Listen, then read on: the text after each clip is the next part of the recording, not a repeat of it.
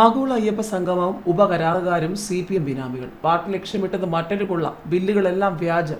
ആഗോള അയ്യപ്പ സംഗമത്തിലൂടെ ഇടത് സർക്കാർ രാഷ്ട്രീയ ലാഭം ലക്ഷ്യമിട്ടപ്പോൾ ഊരാളുങ്കലിന്റെ ഉപസ്ഥാപനം IIIC മറയാക്കി CPM കോടികളുടെ കൊള്ള നടത്താൻ ശ്രമിച്ചുവെന്നും ഇതിന് PS പ്രശാന്തിന്റെ നേതൃത്വത്തിലുള്ള ദേവസ്വം ബോർഡിന്റെ പിന്തുണ ലഭിച്ചുവെന്നുള്ള ആക്ഷേപങ്ങളുമായി മാധ്യമങ്ങൾ. 5 കോടിയിൽ താഴെ ചെലവ് പ്രതീക്ഷിച്ച അയ്യപ്പ സംഗമത്തിന് 7 കോടിയിലധികം ചെലവായെന്ന വാദം ഇത് ശരിവയ്ക്കുകയാണ്. നിയമം മറികടന്ന ടെൻഡറൊന്നുമില്ലാതെ ബോർഡ് ഊരാളുങ്കൽ കമ്പനിക്ക് കരാർ നൽകിയത് സർക്കാർ നിർദ്ദേശം അനുസരിച്ചാണ്. സംഗമത്തിന് മുൻപ് പരിപാടിയുടെ എസ്റ്റിമേറ്റ് പോലും തയ്യാറാക്കിയില്ല. ഇത് കൊള്ളയ്ക്ക് വഴിയൊരുക്കാനായിരുന്നു. സംഗമത്തിന് ബോർഡോ സർക്കാരോ പണം ചെലവഴിക്കരുതെന്ന ഹൈക്കോടതി നിർദ്ദേശം വന്നപ്പോൾ മുഴുവൻ തുകയും സ്പോൺസർഷിപ്പിലൂടെ കണ്ടെത്തുമെന്നാണ് കോടതിയെ ബോധിപ്പിച്ചത്. എന്നാൽ പ്രാരംഭ ചെലവുകൾക്ക് പണം മുൻകൂറായി ദേവസ്വം ഫണ്ടിൽ നിന്നെടുക്കാൻ കോടതി അനുമതിയേകിയതോടെ 3 കോടിയാണ് പ്രത്യേക ഹെഡിൽ നിന്നും ബോർഡ് വകമാറ്റിയത്. ഇത് പരസ്യത്തിന് മാത്രം വിനിയോഗിച്ചത് സംശയകരമാണ്.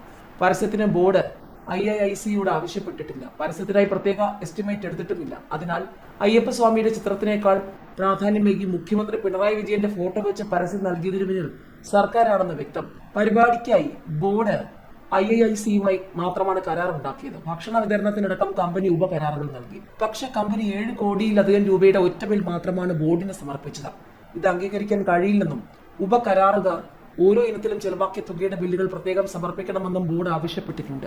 ബില്ലുകൾ പരിശോധിക്കാൻ ബോർഡ് നിയോഗിച്ച ഉപസമിതി ഇത് വ്യക്തമാക്കി കമ്പനിക്ക് നോട്ടീസ് അയച്ചു.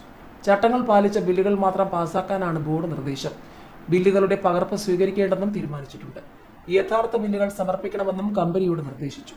ഉപകരാർ ഏറ്റെടുത്ത കമ്പനികൾ ഏതൊക്കെയെന്ന് വ്യക്തമല്ല. പല ഉപകരാറുകാരും CPM ബിനാമികളാണെന്നാണ് സംശയം. കമ്പനി ഓഡിറ്റർക്ക് നൽകിയ രേഖകൾ ബോർഡ് ഉപസമിതി പരിശോധിച്ചപ്പോൾ പലതും യഥാർത്ഥ ബില്ലല്ലെന്ന് വ്യക്തമാക്കിയിട്ടുണ്ട്. സാമ്പത്തിക സുതാര്യത കരാർ കമ്പനി പാലിച്ചില്ല. പല കണക്കുകളും ഊതി പെരുപ്പിച്ചാണ് രേഖപ്പെടുത്തിയിട്ടുള്ളതെന്നും സംശയിക്കുന്നു.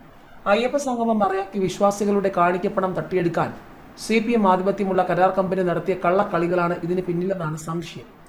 DA കുടിശ്ശികയ്ക്ക് പിന്നാലെ ജീവനക്കാർക്ക് മുഖ്യമന്ത്രിയുടെ സന്ദേശം സ്പാർക്ക് ഡേറ്റ ചോർന്നു. DA 10% അനുവദിച്ച് ഉത്തരവിറങ്ങിയതിന് പിന്നാലെ സർക്കാർ ജീവനക്കാരുടെ വാട്സ്ആപ്പ് നമ്പറിലേക്ക് മുഖ്യമന്ത്രിയുടെ സന്ദേശം വന്നതിനെ ചൊല്ലി വിവാദം.